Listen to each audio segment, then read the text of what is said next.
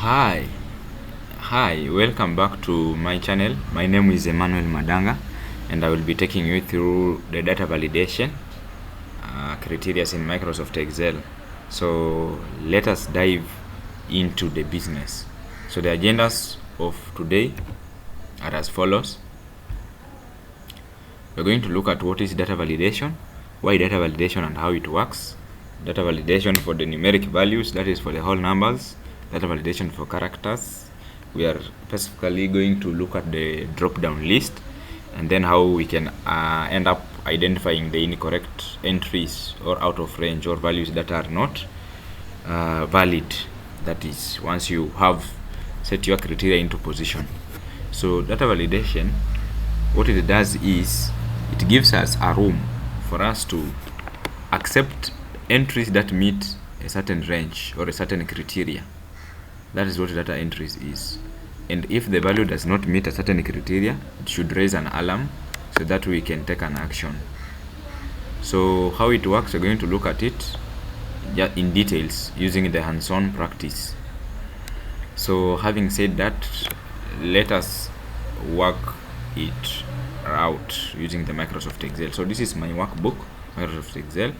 You can see I am having here my active column is column A. So I can now write here, maybe maybe you're working with an organization and you are working as an maybe accountant or a secretary or a technical assistant or a receptionist anywhere in a business.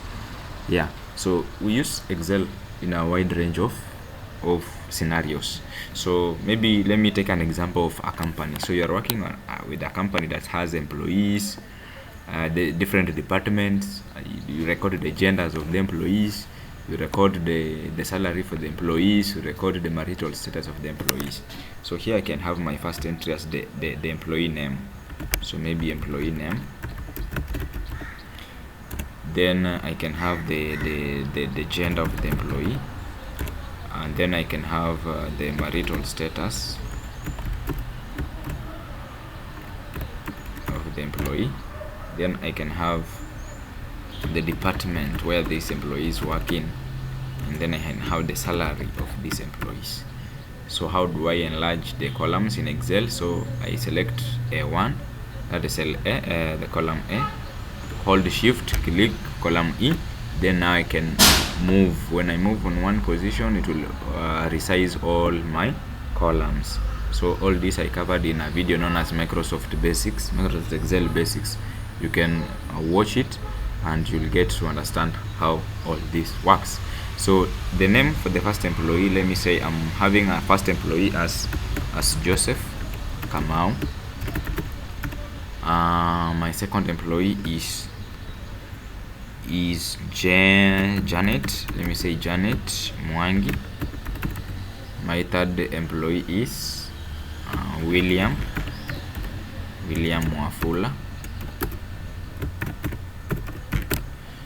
Something like that. I can have here Rosemary Awino. Yeah, and then I can have the last employee as Dennis Kiprotich. So we want to see how data validation works. So for example, when you are having gender, you know data validation, it also helps in reducing the handwork, typing or repeated information. So it saves times on typing repeated information. For example, gender we know is male or female, so you just create a drop-down list where you can just be selecting from the drop-down list. Same as marital status is either you're married or single, so we reduce that manual work of typing and repeating yourself in every cell that you want to fill. So just create a drop-down list, then you select from the drop-down. Same to department. So in salary is where we'll now apply something else. So let's start with the gender. So in gender, I select where I want to apply my criteria for data validation. So once I have selected where I want to apply, now I go to data tab, then I go to data tools, then data validation. Here I select data validation. So here from the data validation dialog box, I can be able to select so under data validation dialog box, you can now select the lists. Then now you can write the entries here. For gender, maybe you can write male. So here you can write male. You can write here male, comma, female. You must separate with a comma for it to work well. So you write with a comma, female. Then you can now proceed with some other info.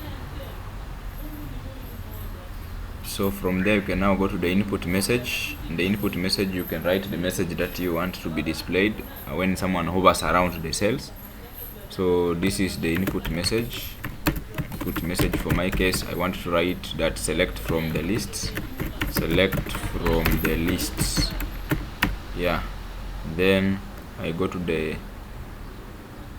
I need to add some error message when someone fails to write the correct input. So you can still go there under data validation, then you go to the error alert. So error alert, here I want to write warning. So I write wrong entry or wrong input. Select from the list. Select from the list. Or you must select from the list. You must select from the list. Yeah, then you are done. You click OK. Then we learned autofill in a video known as Microsoft Excel Basics. So autofill, you fill up to the bottom. So you have applied to all these cells. Rather than typing in them, you're just selecting from the drop down. So like Joseph is male, so just select male. Janet is female, just select female. William is male, just select male. Rosemary is female, so you just select female. Denise is male, just select from the drop down. You see, you save a lot of time. Again, you do the same to marital status. So you proceed and do the same in marital status. You rest where the cursor or the cell that you want to apply the criteria. So you go to data, then you go to data validation. Under data validation, you can now apply. So in this case, we start with list, settings, list, then here is married or single. Married, comma, single. So comma is what separates one information from another. If you don't include comma, it will be treated as one information or one statement. So you go to the input also, you say the input message here, input message. Then the input message can be also maybe select from the list. Select from the list. Then you go to the error alert. Maybe you can say information, wrong input. You must select. Maybe you must select from the list. Then you click OK. You will be done. So you also use the autofill up to the last. You go to the department. Here you can also fill the marital status. Maybe Joseph is single, Janet is married. Just select from the drop down rather than typing along and along. So this one is the good thing with this is now data is consistent, and you can even analyze this categorical information. When you want to analyze in terms of number of counts, you will not be having some issues of maybe capitalization. Yeah, that is the significance of having data validation in your entries. So it minimizes the issues of formatting and all that. So under the department, you can also create drop downs for that. So under data, you go to data validation, then you click that data validation. Then under settings, you select list, same way we did for the previous. So maybe I can have the finance department,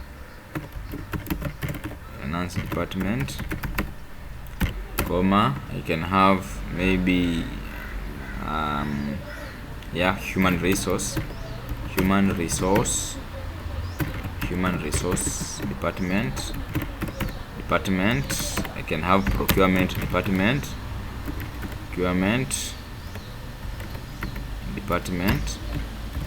I can have department. I can have IT department.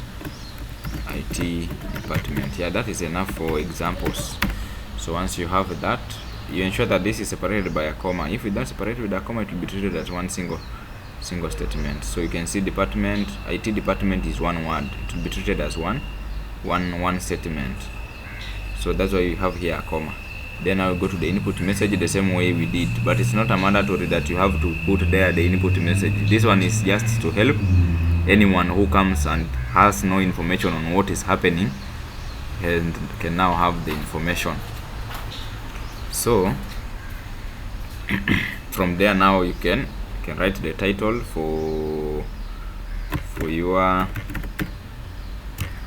so maybe this one is for the input, so you just write under input message, just give the title as maybe input message. Then you can now write you select from the list, select departments from the list, something like that. Select department from the list.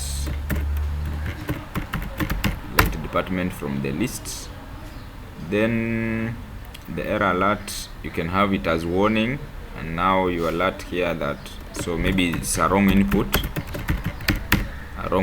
So the error message is you must select from the list.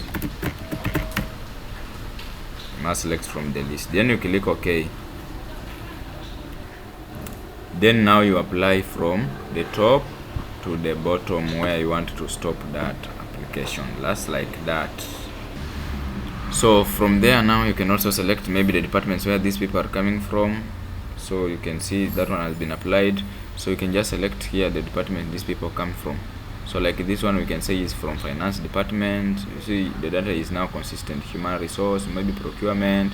This one is from, let's say, human resource. This one is from the IT department. Then you can now finish with this one is maybe it's from procurement. Yes, that is how that works. So that one is a bit clear on that. So you can also maybe adjust how we zoom our data. So you can zoom it to maybe 100, 200, or maybe 150. Let me just use 150. Click OK. Yeah.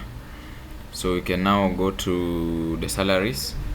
So salaries here, I can now click here where I want to apply, then go to the data tab, then go to the data validation. Under data validation I can now select, instead of now working with any value or the list, I choose whole number. Then it will give me that maybe in this organization someone who receives the lowest salary is maybe 20,000, and the one who receives the highest is 200,000, something like that. So then you click OK, or maybe you can have the input message here that input message is that the salary must range.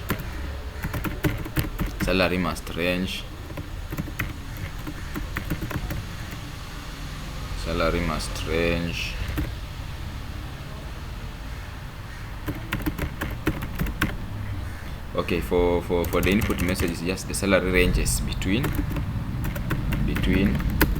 20,000 to 200,000.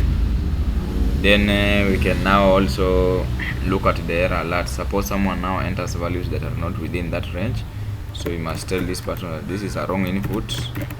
Please enter values. Please enter salary values that are valid. Yeah, something like that.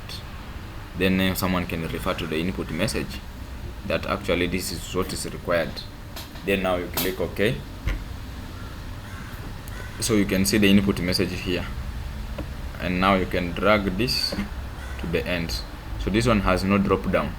This one is entry that allows the entry of whole numbers. So here I can input the salary for this one is maybe 50,000.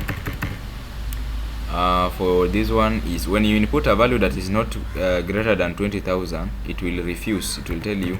So for example, I enter 10,000 for example. So when I go to the next one, there is where now you see wrong input, the error alert, wrong input, please enter salary values that are valid. So you can cancel and now enter a value that is valid according to the input message, something like 20,000. Then it will accept. So that's how it works. So you can have here 100,000, you can have here 150,000, and again when you enter a value that is greater than 200,000, it will refuse. For example, when I enter here 2 million instead of 200,000. So when I enter here 2 million again, when I want to move out, it will tell me please enter salary values that are valid.